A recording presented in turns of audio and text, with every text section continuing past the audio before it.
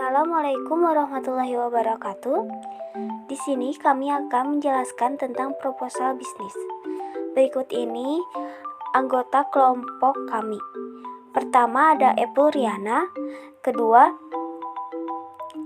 Nadia Regina Nisyana, ketiga ada Reska Amanda, keempat ada Sartika Dewi, dan kelima ada Tantri Meilinda. Pengertian proposal bisnis yaitu proposal bisnis atau proposal usaha adalah dokumen serta data tertulis yang dibuat oleh pemilik usaha yang berisi tentang gambaran mengenai seluruh aspek terikat dengan bisnis yang dijalankan. Aspek tersebut mencangkup internal maupun eksternal dan realistis sesuai dengan fakta. Manfaat proposal bisnis yaitu 1. Proposal usaha berguna untuk membandingkan antara perkiraan atau rencana dengan hasil yang nyata. Proposal usaha membantu wirausahawan untuk mengembangkan dan menguji strategi yang diharapkan dari sudut pandang pihak lain. Proposal secara bisnis dapat membantu wirausahawan untuk dapat berpikir kritis dan objektif atas bidang usaha yang akan dimasukinya atau digelutinya. Dan 3, proposal usaha dapat memberikan gambaran awal dan seberapa jauh kemampuan manajerial seorang wirausahawan. Dan yang terakhir, yang keempat, proposal secara bisnis dapat memberikan informasi potensi pasar dan perkiraan market share yang mungkin bisa dengan mudah diraih. Manfaat lain dari proposal bisnis. 1. Semakin jelasnya sumber-sumber keuangan. Hal ini dimungkinkan karena beberapa hal. Yang pertama, proposal usaha dapat menjadi sebuah gambaran awal dan seberapa jauh kemampuan manajerial seorang wirausahawan. Yang kedua, dapat mengidentifikasikan adanya resiko kritis pada saat penting guna memudahkan penentuan langkah antisipasi. Yang ketiga, memberikan informasi potensi pasar dan perkiraan market share yang mungkin diraih. Yang keempat, memberikan sumber-sumber finansial yang jelas, dokumen ringkas yang mengandung informasi penting, dan evaluasi finansial. Dokumen ringkas yang mengandung informasi penting dan evaluasi finansial. Dan yang terakhir, memberikan gambaran tentang kemampuan wirausahawan untuk memenuhi kewajibannya. Yang selanjutnya ada faktor-faktor penyusunan proposal bisnis. Yang pertama, tujuan yang akan dicapai. Yang kedua, fleksibel. Yang ketiga, batasan waktu. Yang keempat, komitmen usaha. Akan menjelaskan lanjutan dari rekan saya, yaitu tentang manfaat dan tujuan proposal bisnis. Untuk menetapkan jenis usaha yang diinginkan dan sekaligus menguntungkan adalah pekerjaan yang tidak mudah. Seorang wirausaha harus bersedia bekerja keras mencari informasi usaha mana yang akan menguntungkan untuk wirausaha tersebut. Setelah mempunyai keyakinan yang mantap, tindakan selanjutnya adalah menyusun proposal usaha yang akan memberikan manfaat untuk usahanya. Yang pertama yaitu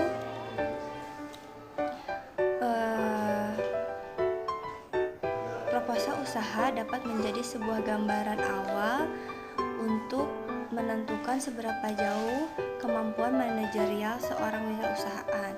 Yang kedua, dapat mengidentifikasi adanya resiko kritis pada saat yang penting guna untuk memudahkan penentuan langkah antisipasi. Yang ketiga, memberikan informasi penting atas potensi pasar dan perkiraan marketplace yang akan mungkin bisa diraih. Kemudian, memberikan sumber-sumber finansial yang jelas, dokumen ringkas yang mengandung informasi penting dan evaluasi finansial, dan memberikan gambaran tentang kemampuan wirausaha untuk memenuhi kewajibannya. Oleh karena itu, proposal usaha itu dibuat bukan untuk dikonsumsi sendiri, melainkan untuk pihak lain yang terkait. Nah, Dan manfaat dan tujuan proposal bisnis adalah menetapkan jenis usaha yang diinginkan sekaligus menguntungkan yang seperti dijelaskan di awal. Jadi, seorang wirausaha dapat memperkirakan usaha apa yang akan dia raih sesuai dengan keinginannya dia sendiri yang tentunya menguntungkan dan dapat diraih secara cepat oleh seorang usaha tersebut. Contoh proposal bisnis. Berikut ini ada contoh proposal bisnis hijab lengkap yang disusun oleh kelompok kami, kelompok 5. Adanya pendahuluan, kemudian ada latar belakang. Badan usaha. Usaha yang kami jalankan yaitu produk barang menyerupai hijab dan aksesoris hijab. Dengan menentukan bisnis ini, kami yakin bisnis kami akan berkembang dan maju. Dikarenakan pada kala ini banyak sekali wanita-wanita remaja yang gemar menggunakan hijab sebagai salah satu fashion mereka. Pertama, kekuatan atau strength. Berbeda dari produk yang lain, dikarenakan didesain sedemikian rupa, mungkin agar lebih menonjol dan lebih menarik untuk dikenakan.